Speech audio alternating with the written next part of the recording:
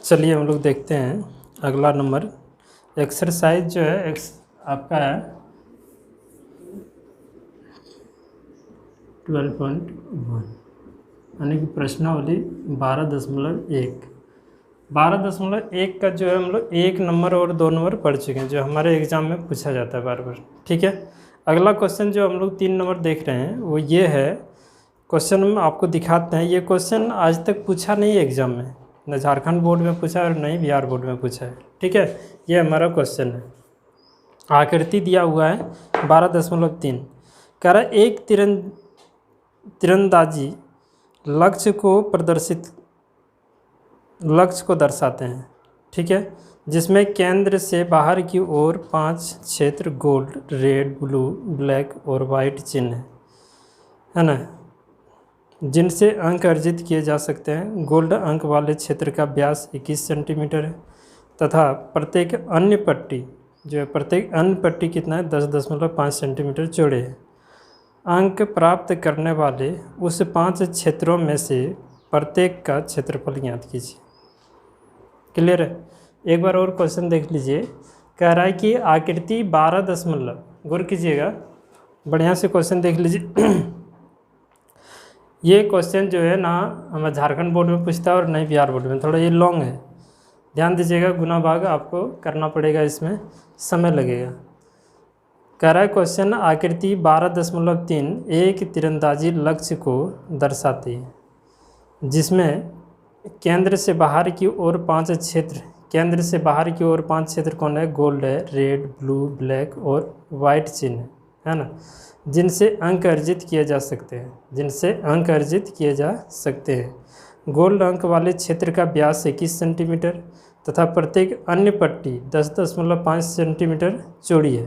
ठीक है, अंक प्राप्त करने वाले इन 5 क्षेत्रों में से प्रत्येक का क्षेत्रफल ज्ञात कीजिए। गौर करना है। कह रहा है क्या इसमें कि तीरंदाजी जो है जिसमें लक्ष्य को साधता है, एक मिनट,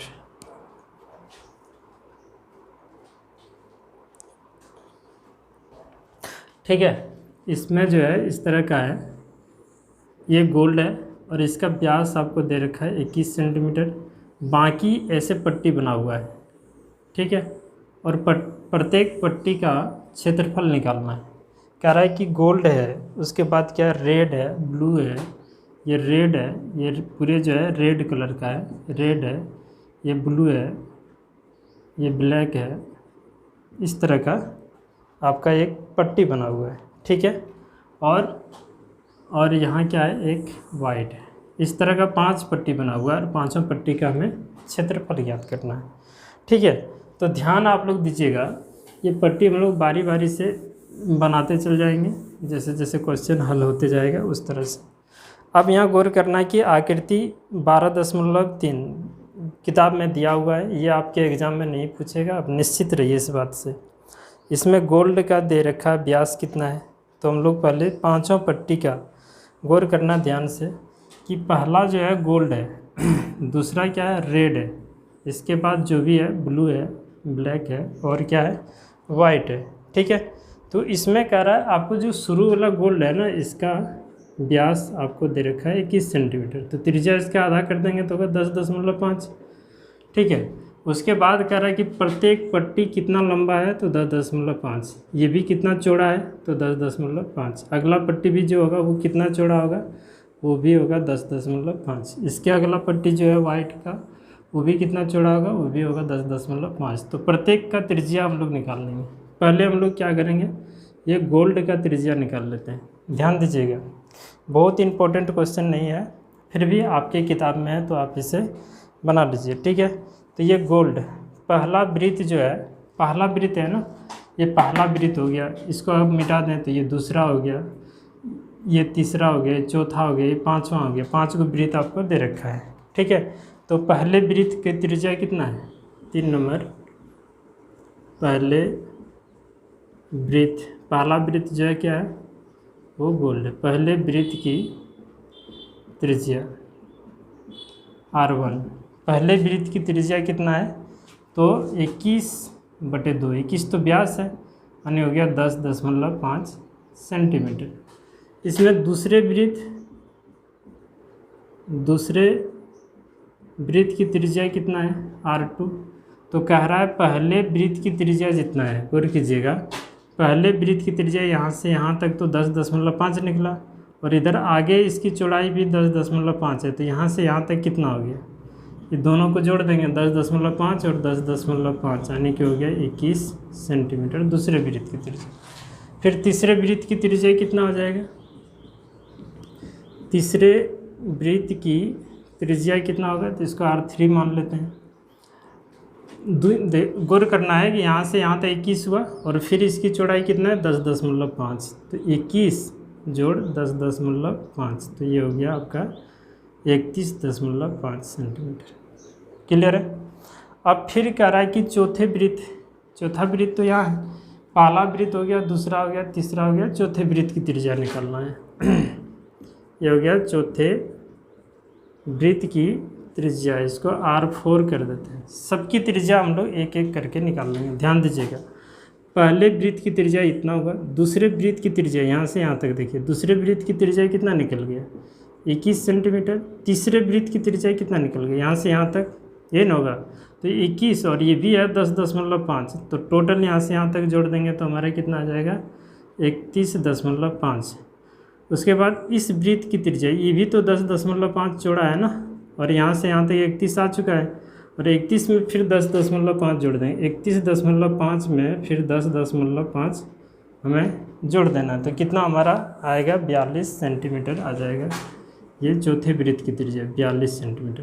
पाँचवें वृत्त की त्रिज्या यहाँ से ले लीजिए, पाँचवें वृत्त की भी तो 10.5 सेंटीमीटर चौड़ा है, तो यहाँ से यहाँ तक हम लोग 42 निकाल चुके हैं, तो ये हो जाएगा आपका पाँचवें वृत्त की त्रिज्या।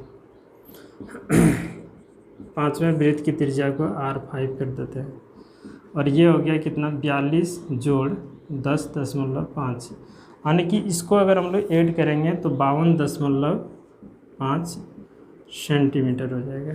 ठीक है, तो 5 वृत्त है और पाँचवें वृत्त की त्रिज्या हम लोग निकाले R1, R2, R3, R4 और R5। क्लियर है यहाँ तक। अब एक एक वृत्त का क्षेत्रफल पहले तो हम लोग गोल्ड का निकालेंगे, यानी कि पहला वृत्त जो हमारा क्या है, पहला वृत्त हमारा क्या है, गोल्ड है, ये तो रेड है आपका, है ना, ये आपका कौन सी है, ये उसके बाद क्या है ब्लू है, उसके बाद क्या है ब्लैक है, उसके बाद वाइट है। क्लियर है। अब यहाँ देखिए पहला वृत्त क्या है,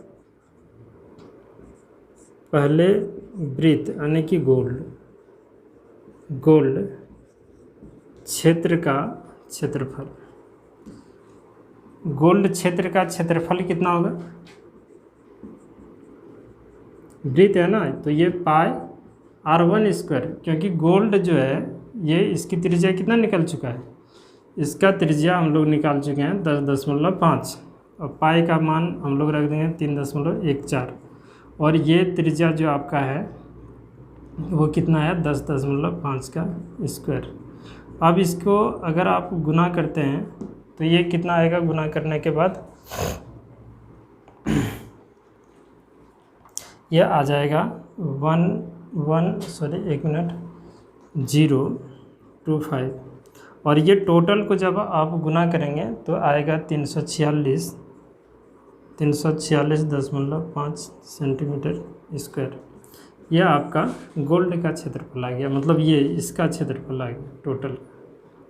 अब दूसरे वृत्त की बात करेंगे तो इसमें हमारे पास जगह नहीं है, इसलिए आप लोग एक बार इसको देख लीजिए बढ़िया से, ठीक है, और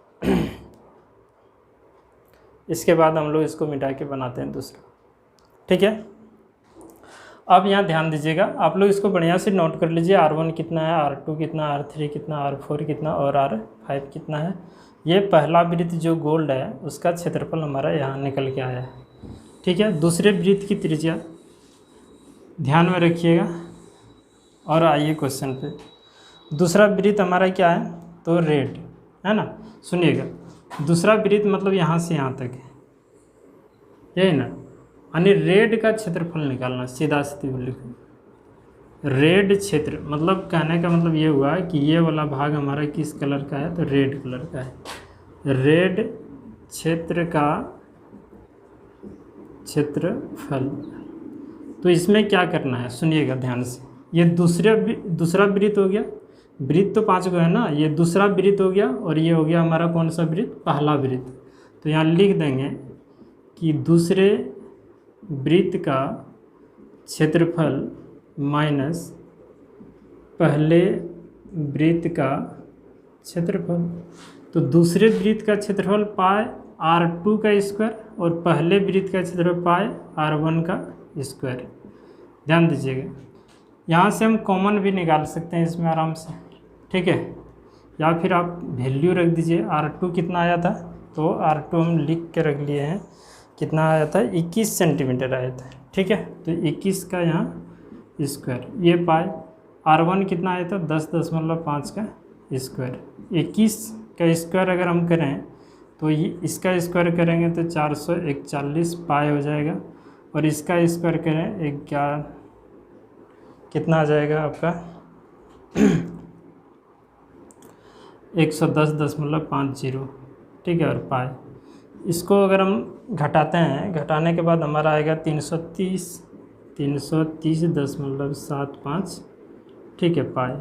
और पाई का वैल्यू आप लोग रखिएगा 3.14, और फिर इसको जब गुना हम लोग कर देंगे तो गुना करने के बाद आएगा 1029.5 सेंटीमीटर स्क्वायर। ये सब काम आपको घर में करना पड़ेगा खुद।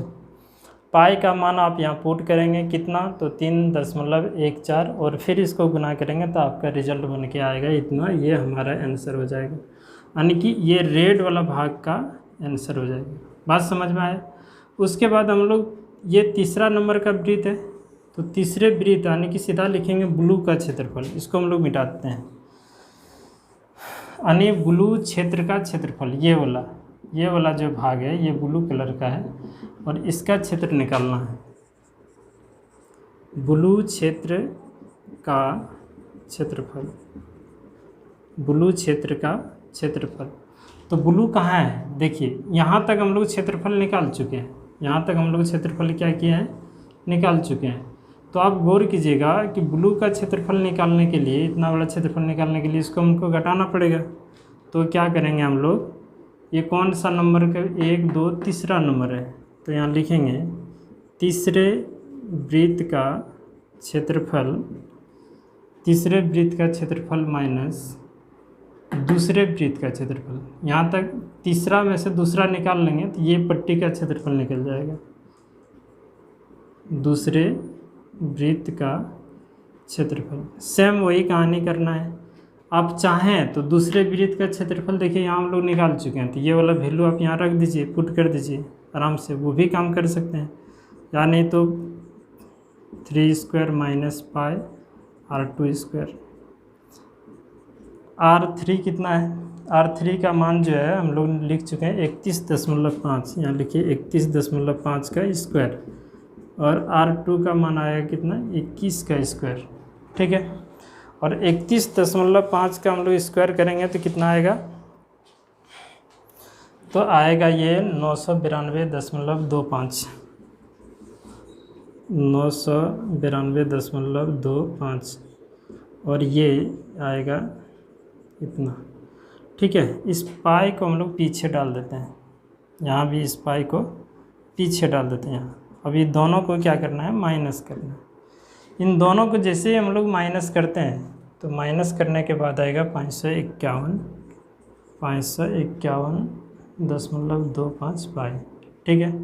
उसके बाद इसमें पाई का वैल्यू जैसे ही हम लोग पुट करेंगे तो, और पाई का वैल्यू वही फिर कह रहे हैं 3.14 पुट करना है, और इन दोनों को जैसे ही हम लोग गुना करेंगे तो कितना आएगा, हमारा आंसर आएगा 1732.5 सेंटीमीटर स्क्वायर आंसर, ठीक है।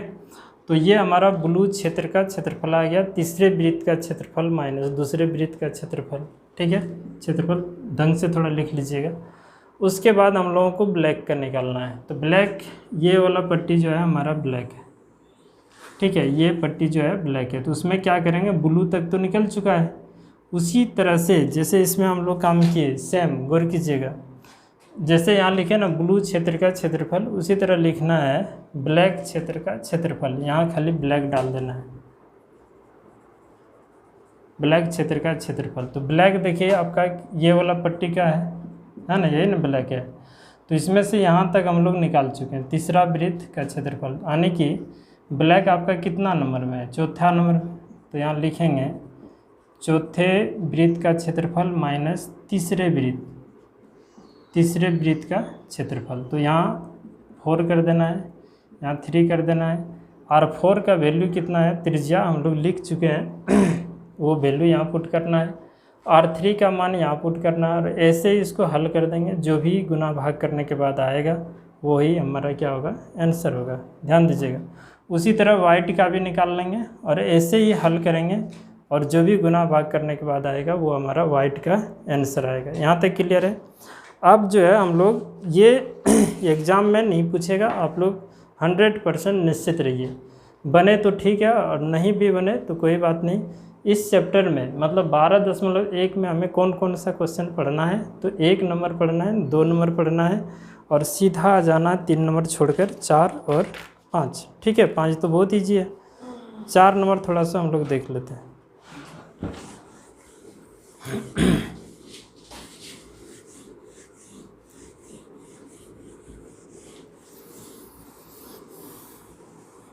ये हो जाना चाहिए, बहुत सरल है।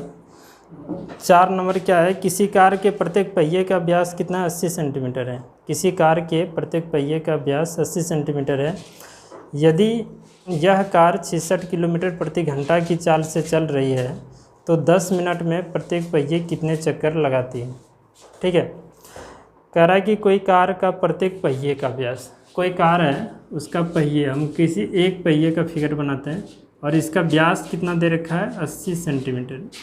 कार की पहिया है, ये घूम के ऐसे आगे बढ़ रहा है, इसका व्यास कितना है, 80 सेंटीमीटर। तो पहिए का व्यास जो जो दिया है आराम से हम लोग उसको पहले लिख लेते हैं। कार के पहिए का व्यास कितना है, 80 सेंटीमीटर, तो इसकी त्रिज्या कितना है, कार के पहिए का व्यास जो है ये कितना है, तो 80 सेंटीमीटर। कार के पहिए की त्रिज्या कितना हो जाएगा, त्रिज्या हो जाएगा आपका 40 सेंटीमीटर। क्लियर है। अब 1 मिनट के लिए गौर कीजिए, कार अगर घूमेगा तो पहिया ही ना दूरी तय करेगा, चक्का का पहिया ही दूरी तय करेगा। जैसे ये मान लो कार का पहिया है, तो अगर हम इसको घुमाएंगे तो फिर से वो जगह आएगा तो कुछ तो दूरी तय करेगा, यानी कि कार के पहिए की परिधि निकालना होगा। तो यहाँ लिखेंगे कार के पहिए की परिधि बराबर 2πr। क्या होगा, 2πr। 2π का मान हम लोग यहाँ चाहें तो रख दीजिए, नहीं तो बाद में इसको पुट करेंगे। ठीक है, और त्रिज्या कितना है हमारा 40, इसको गुना कर देंगे तो 80 पाई सेंटीमीटर, है ना। परिधि निकल गया, टोटल क्या निकल गया, परिधि निकल गया। यहाँ तक बात समझ में आ गया। कार के पहिए की परिधि हम लोग निकाल लिए कितना, 80 पाई।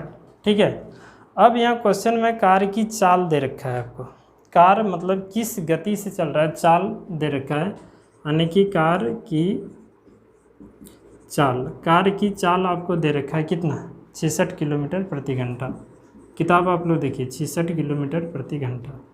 अब इसे क्या करना है, देखिए हमें तो यहाँ सेंटीमीटर में दे रखा है और ये किलोमीटर में है, और 10 मिनट में ये कितना दूरी तय करेगा ये भी आपको दे रखा है। यानी कहने का मतलब ये हुआ कि इसको सेंटीमीटर में बना दीजिए, इसको मिनट में बना दीजिए। तो 66 किलोमीटर पहले मीटर में बनाने के लिए 1000 से गुना कर देंगे, मीटर में बन गया। अब इसे फिर से 100 से गुना कर दीजिए तो क्या होगा, सेंटीमीटर में आ गया।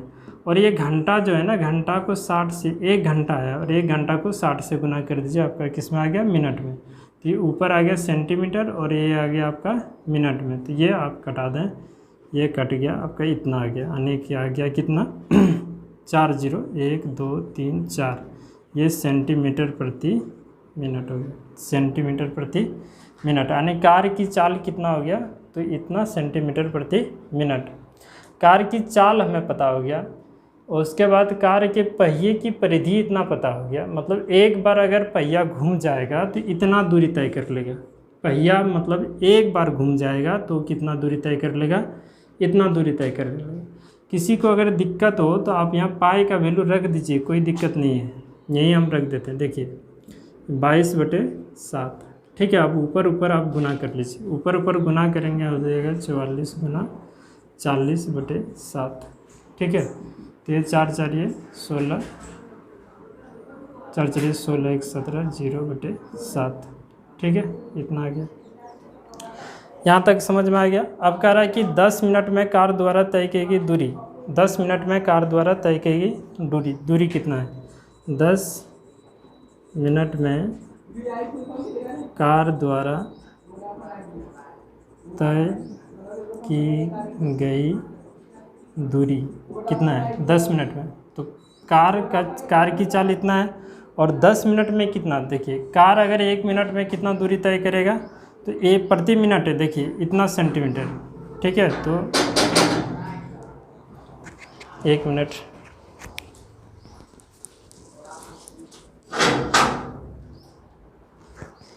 दस मिनट रुको दूँगी।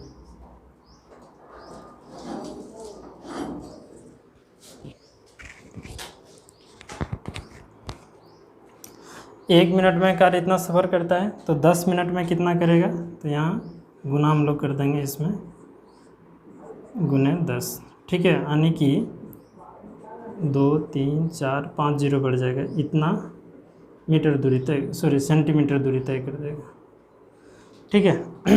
अब यहाँ कह रहा है कि पहिया इतना दूरी अगर तय करेगा तो उसको कितना चक्कर लगाना पड़ेगा, है ना। तो यहाँ लिखेंगे कार के पहिए द्वारा चक्रों की संख्या बराबर, गौर कीजिएगा, कुल दूरी, टोटल दूरी कितना तय किया, कुल दूरी बटे पहिए की परिधि, पहिए की परिधि, ठीक है। तो टोटल दूरी कितना हुआ, 1 2 3 4 5, ये वाला टोटल दूरी, और पहिए की परिधि इतना हो गया, यानी कि 1760, और बटे 7 जो होगा ना, ये 7 को हम लोग ऊपर करते हैं।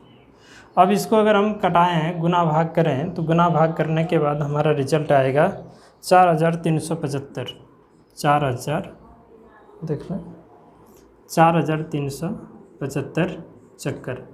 आने कहने का मतलब ये हुआ कि इतना दूरी अगर पहिया हमारा इतना दूरी चलेगा तो पहिया कितना चक्कर लगाएगा, 4375 चक्कर लगाएगा, तब जाके इतना दूरी वो तय करेगा। और कितना समय में, तो 10 मिनट में, 10 मिनट में कार द्वारा,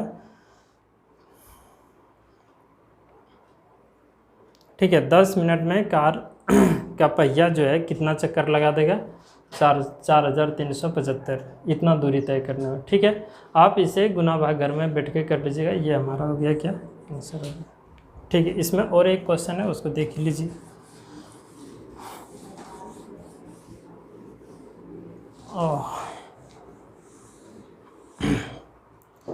गौर करना है। अगला क्वेश्चन जो है, अगला क्वेश्चन, निम्नलिखित में से सही उत्तर चुनिए तथा अपने उत्तर का औचित्य कीजिए। कह रहा है कि यदि एक वृत्त का परिमाप और क्षेत्रफल संख्यात्मक रूप से बराबर है तो उस वृत्त की त्रिज्या, है ना, त्रिज्या है।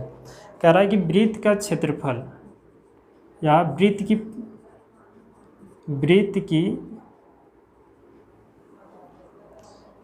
वृत्त की परिमाप बराबर वृत्त का क्षेत्रफल, दोनों संख्यात्मक रूप से बराबर, यानी कि इसका परिमाप 2πr होगा और इसका होगा πr²। ये पाई कैंसिल, यानी r²। कह रहा है कि r का वैल्यू क्या रखा जाए, r का वैल्यू आप जो है ना 1 2 3 4 कुछ भी रखिए, मतलब ये दोनों साइड बराबर होना चाहिए। तो हम लोग यहाँ देख रहे हैं r का वैल्यू 1 रखते हैं, इधर 1 रखते हैं तो बराबर हुआ, नहीं हुआ। r का वैल्यू यहाँ 2 रखते हैं, यहाँ भी हम लोग 2 रखते हैं, तो ये 4, और इधर भी हो गया 4। आने का मतलब हमारा रिजल्ट क्या आया, 2 इकाई, ठीक है। यानी कि 2 ही एक ऐसा संख्या है जो कि इस जगह पे अगर हम पुट करें तो वृत्त के परिमाप और वृत्त का क्षेत्रफल क्या होगा, बराबर होगा। ठीक है, इतना इकाई, यूनिट या माप जो लिखना है ये हमारा आंसर होगा। ठीक है, अब अगले क्लास में हम लोग इसका नेक्स्ट चैप्टर पढ़ेंगे जो है 12.2। ध्यान दीजिएगा 12.2 से ही आपका 3 नंबर क्वेश्चन पूछा जाएगा। ठीक है, आज इतना ही रहने देते हैं। ठीक है, मेहनत कीजिए।